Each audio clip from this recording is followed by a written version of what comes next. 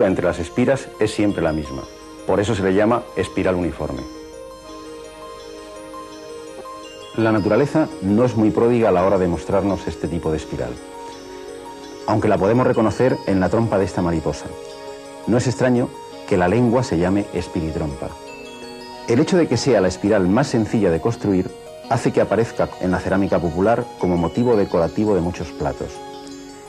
Basta con ir desplazando el pincel en una dirección determinada, desde el centro hacia el borde, con una velocidad constante. Y aquí aparece nuestra espiral. Aunque sería mejor decir la espiral de Arquímedes, conocida así entre los matemáticos, ya que fue este notable físico y matemático griego el primero que, fascinado por su belleza, realizó un estudio profundo sobre las propiedades matemáticas de esta curva, en el siglo III a.C., en un escrito titulado De las espirales. En él llega a demostrar resultados tan complejos como este. El área barrida por el radio de la espiral en su primera revolución es la tercera parte del área del círculo que la envuelve. Si observamos esta concha, podemos comprobar que estamos ante otra espiral que no es la espiral de Arquímedes. Efectivamente, la espira, según nos vamos alejando del centro, se hace cada vez más ancha. Y este crecimiento de la anchura se produce de una manera uniforme y continua. Esta es la espiral que más se prodiga en la naturaleza. ¿A qué se debe esta extraña y elegante forma? Si damos un corte transversal a la concha, podemos comprobar que está formada por compartimentos separados entre sí mediante tabiques y que se comunican a través de un sifón. El animal ocupa siempre el último compartimento. Según va creciendo, el molusco abandona el compartimento anterior y construye uno nuevo semejante al anterior, pero de proporciones mayores. Y este crecimiento se produce de una manera continua. El borde de la concha describe una curva que es siempre igual a sí misma. A esta curva se le llama espiral logarítmica o equiangular. Se construye trazando sucesivos triángulos rectángulos semejantes, de tal forma que la hipotenusa de uno es un cateto del siguiente, y uniendo posteriormente los vértices consecutivos. La propia construcción de esta espiral nos sugiere el motivo de su abundante presencia como forma que rige el crecimiento de numerosos organismos vivos. Las dos ideas que inspiran este crecimiento son las de rotación más dilatación. Nos explicamos ahora por qué las conchas de muchos caracoles dibujan espirales logarítmicas. Al fin y al cabo, a los caracoles no les queda más remedio que crecer siendo siempre iguales a sí mismos.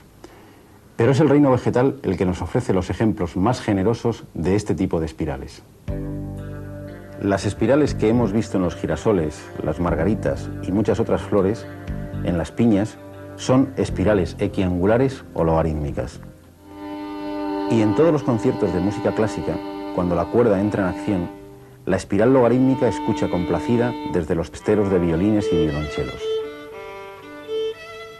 Esta espiral fue descubierta por Descartes, aunque fue Jacques Bernoulli, matemático suizo del siglo XVII, el primer matemático que quedó cautivado por las propiedades de esta curva, hasta tal punto que dejó escrito en su testamento que en su lápida debía figurar una espiral logarítmica con la inscripción Eadem mutata resurgo, resurgiré igual pero cambiada.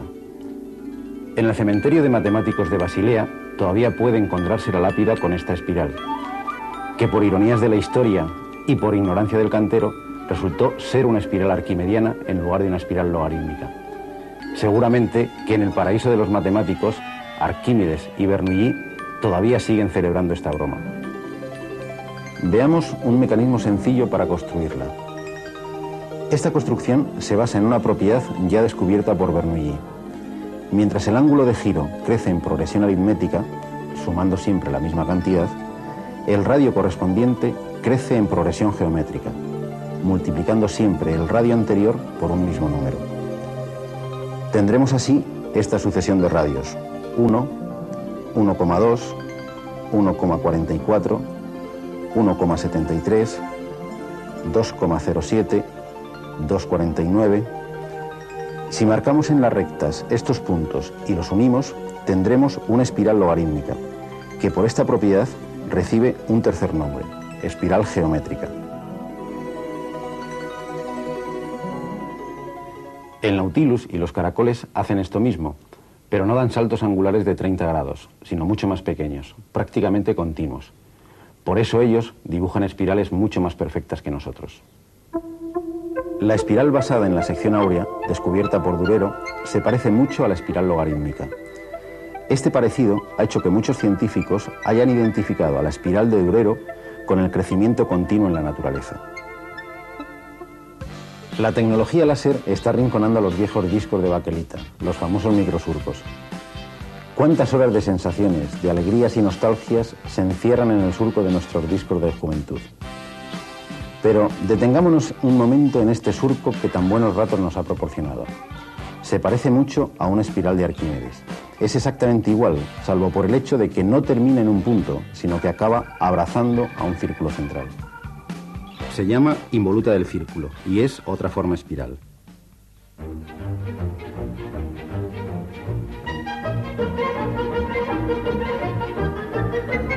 Se construye sujetando un cordel a un cilindro que dejamos fijo en el centro.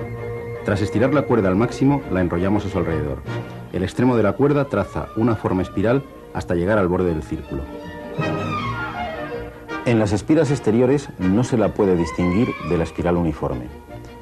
La separación entre cada espira y la siguiente es siempre la misma.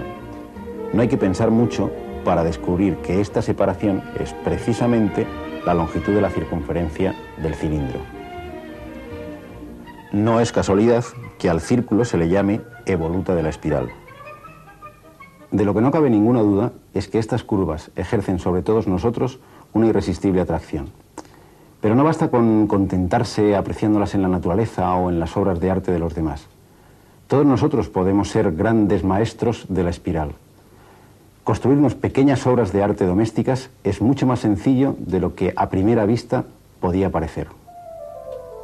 Solo necesitamos algo que gire de manera regular y una lámina colocada en su centro. Si desplazamos el rotulador a una velocidad constante, obtendremos una bonita espiral de Arquímedes. Si vamos aumentando la velocidad de una forma progresiva, conseguiremos aproximarnos a la espiral que tanto emocionó a Bernoulli. Con un spray y un poco de práctica, podemos tener colgada de la pared nuestra propia Vía Láctea. Cada vez que la observe, se sentirá tan cautivado por ella como Jacques Bernoulli, y seguro que le vendrá a la mente su famosa frase: aunque cambiada, resurgiré.